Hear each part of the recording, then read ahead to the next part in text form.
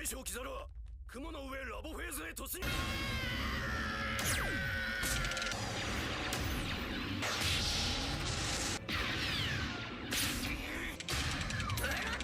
かにカイドウを破った男がパンクを守るってのはどういうわけ。ベ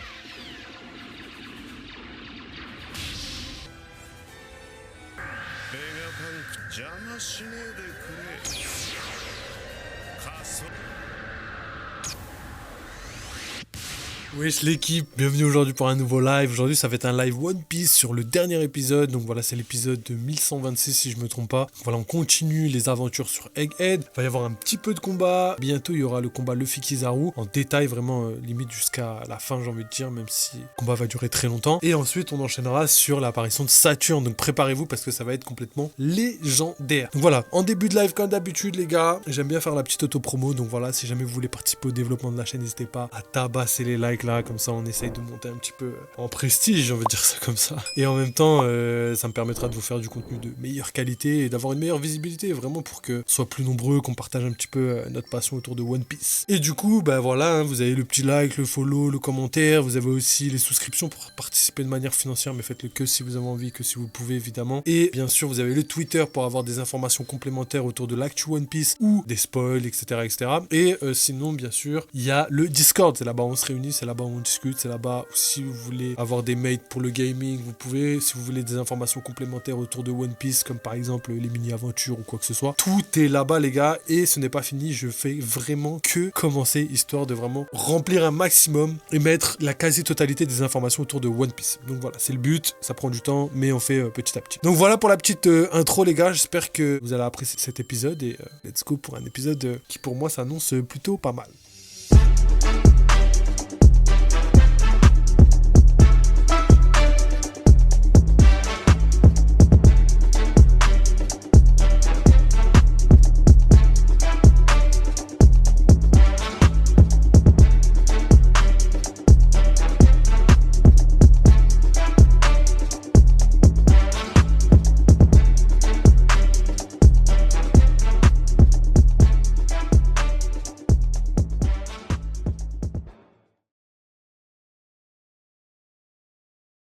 Ok, donc les gars, en attendant, je vais tout simplement mettre la petite capture comme d'habitude. Ok, donc vas-y, je vous lance l'épisode. On est parti pour une petite demi-heure sur l'épisode et hâte de découvrir un petit peu ce que nous réserve One Piece et les combats autour de Kizaru parce que je pense que ça va être l'intérêt principal de l'épisode. Allez, let's go.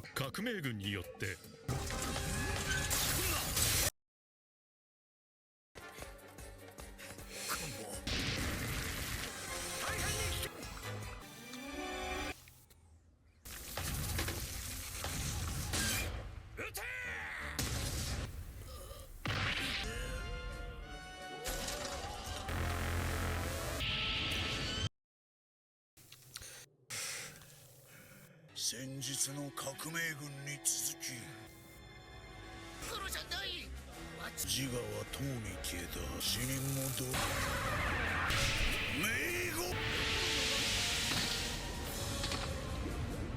待てクマ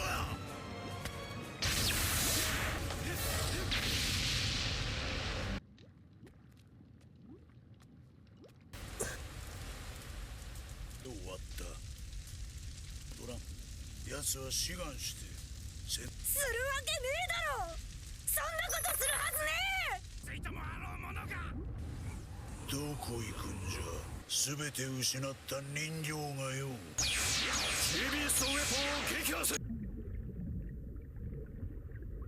大将キザルは雲の上ラボフェーズへ突入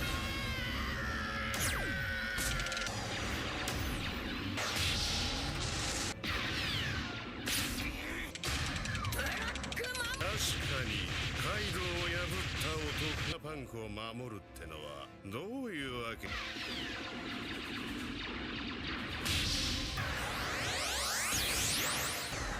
こまで飛んだベガパンク邪魔しねえでくれカソ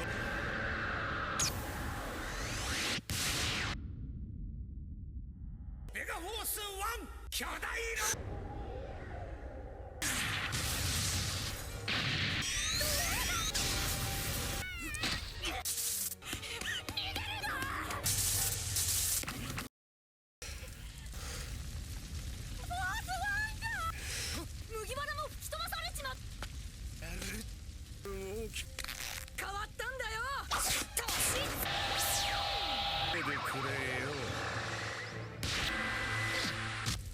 キザル消えた。ステラが危ない。さっきそっちで大爆発が。防御システムの溶けた。私の荷物をどこにある。られてくれ。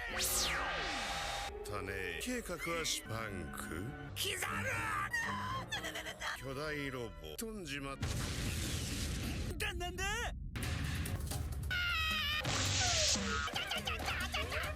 できたぞー。にひ。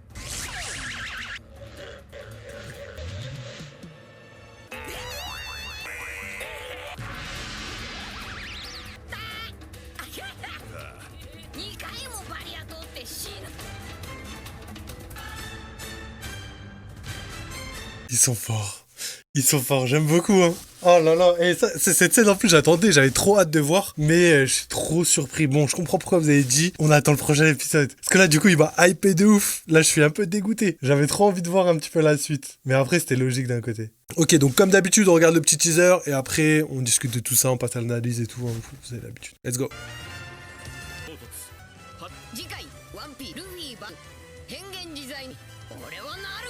Une masterclass, les refs. Ok, donc là on va passer à l'analyse, comme ça va aller très vite. De toute façon, j'ai pas trop de choses à vous dire. Moi, pour moi, la première chose qui m'a choqué, la première chose qui me vient à l'esprit, c'est vraiment le power scaling autour de Kizaru, de Luffy, de Snake Man, Gear 5. Je pense que voilà, il va falloir que je remette sur le tapis tout ce que je vous avais dit déjà à l'époque où on regardait les scans. Et pour moi, clairement, il y a des informations concrètes qu'il faut bel et bien prendre en compte. Déjà, premièrement, on voit Luffy Snake Man combattre Kizaru. Kizaru valide la puissance de Luffy et se dit, bon, je comprends pourquoi tu as réussi à battre Kaido, tu n'as pas usurpé ta victoire. Donc il le valide en termes de puissance. Cependant, il n'a montré aucune faiblesse par rapport au Snake Man. Je sais qu'il y a beaucoup de personnes qui veulent pas voir ça comme un argument, mais là clairement, l'épisode va clairement dans ce sens parce que on voit que Luffy utilise vraiment quasiment toute sa force en termes de Snake Man. On le voit carrément fatigué, transpirer à certains moments. Donc c'est des choses qui pour moi étaient déjà présentes dans les scans, mais là ont été vraiment mis en valeur. Donc je suis toujours sur le fait que Snake Man pas assez puissant pour battre Kizaru. Même il a parlé de vitesse, il y a une comparaison en termes de vitesse et je pense que c'est d'un côté la puissance du Snake Man, c'est sa vitesse, et la puissance de Kizaru, c'est sa vitesse. Et le délire, c'est que le Snake Man a réussi à battre un premier commandant. Le Snake Man a réussi à battre Katakuri. Donc s'il a réussi à battre Katakuri, normalement,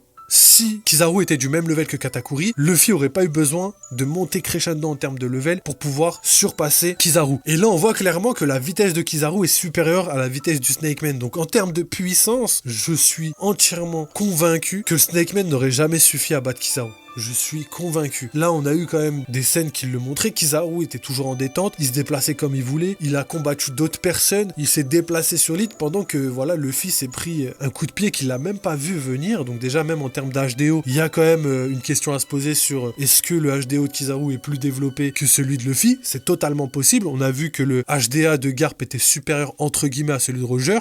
D'après ce qu'on a vu, les gars. Après, voilà, je reste sur ça. Mais le Galaxy Impact, quand même, comparé au combat Roger Barbe Blanche, vous voyez un petit peu que les dégâts sont quand même plus gros. Évidemment, il y a le Haki des Rois, il y a plein de choses qui fait que Roger est supérieur à Garp, mais pas sur tous les points. Donc c'est possible que le HDO de Kizaru soit supérieur à celui de Luffy. Et ensuite, pour vraiment revenir au power scaling, clairement, moi je vois Kizaru bien au-dessus dans le sens où, voilà, il a montré que le Snake Man n'était pas suffisant pour le battre. Et du coup, ça me pose la question de savoir si le Snake Man est suffisant pour battre Katakuri et pas Kizaru, quel est le level de Kizaru? Par extension, logiquement, Kizaru est plus fort que Katakuri. Donc c'est pour ça qu'à mon sens, les amiraux sont intermédiaires et pas forcément level premier commandant comme la plupart des gens voudraient le croire. Pourquoi je vous dis ça? Tout simplement parce que c'est pour moi logique que les amiraux soient plus forts, étant donné que voilà, c'est difficile d'avoir un level empereur dans la marine. Il faudrait que les amiraux soient au level supérieur d'un premier commandant. Comme ça, en termes d'équilibre des forces, ça expliquerait pourquoi, voilà, Barbe Blanche avec toute sa flotte, tous ses alliés, plus Luffy avec tous les prisonniers d'Impel Down, plus Barbe Noire, n'a pas réussi vraiment à détruire, annihiler la marine, tu vois. Logiquement, ils auraient dû réussir, mais quand on regarde la fin du combat, Akainu a pris cher, mais les autres amiraux s'en sont très bien sortis. Donc, pour moi, ça renforce l'idée que voilà, les amiraux sont potentiellement plus intermédiaires que de simples amiraux. Après, moi, j'ai vraiment un avis différent de la plupart des personnes. Je sais que les gens disent, ouais, égal, amiraux, ils sont tous égaux. Non, pour moi, clairement, Akainu et Aokiji, vraiment, ils sont au-dessus de tout le monde. Eux, c'est les personnes qui sont le plus proches du level empereur, entre guillemets, je dis bien entre guillemets. Ensuite, en dessous, on a Kizaru, et en dessous, on a tous les nouveaux amiraux. amiraux. Donc pour moi, c'est dans ce sens-là qu'il faut bien comprendre qu'il y a une hiérarchie parmi les amiraux. Il y a juste un level de base qu'il faut être dépassé, et à partir de ce level, tu peux être considéré comme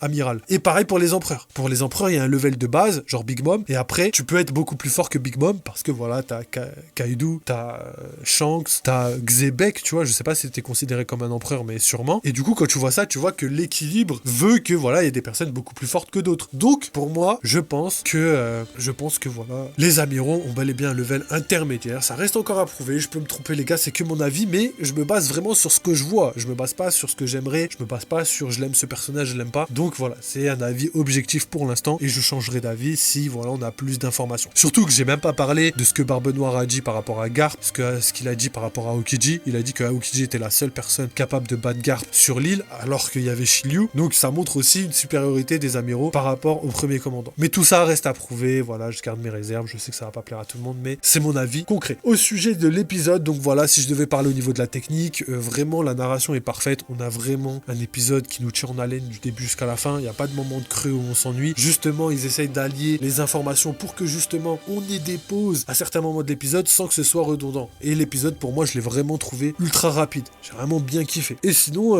écoutez, je pense que le plus important va arriver la semaine prochaine. On aura vraiment des révélations folles sur le pouvoir de Kizaru, sur le combat entre Luffy et Kizaru, et potentiellement les prémices de l'arrivée de Saturne. Donc ça, on va le voir sûrement dans le petit teaser de fin. Donc restez bien jusqu'à l'année prochaine, j'allais dire. Restez bien jusqu'à la semaine prochaine, parce que vraiment, je pense que tout va se jouer la semaine prochaine. Et la semaine d'après, évidemment, l'apparition de Saturne. On va enfin avoir des informations sur le cercle d'invocation, les couleurs utilisées, voilà, les couleurs officielles des flammes, est-ce que c'est réellement des flammes noires, etc., etc. Et ça va nous donner beaucoup d'informations. Surtout que là, on a même des informations complémentaires par rapport au Chevalier Divin, qui pour moi, d'après ce qu'on voit, pour la plupart des gens, valide le fait que voilà, tous les Chevaliers Divins, tous les Gorosei sont immortels d'une certaine façon, grâce à un pouvoir qu'on ignore encore, qui doit être lié à l'Abysse et à Im-sama par extension. Donc voilà, je pense avoir fini pour cette petite analyse. J'essaie d'être concret, d'être cohérent. Après, voilà, il reste encore pas mal de choses à prouver, mais on verra ça la semaine prochaine. Donc voilà, comme d'habitude, je fais ma petite outro. Les gars, si jamais vous voulez soutenir, n'hésitez pas à tabasser les likes, parce que voilà, ça nous aide énormément. Voilà, on essaye d'avancer, on essaye de réunir un maximum de personnes autour de notre amour pour One Piece. On essaye aussi de proposer plein de contenu qui va dans ce sens-là, plein de choses de prévues sur la chaîne. Donc voilà, je vous incite clairement à tabasser les likes, à rejoindre la team et à tout simplement lâcher votre meilleur commentaire. N'hésitez pas, voilà, je lis vos commentaires, je réponds pas tout le temps parce qu'il y en a trop, mais je lis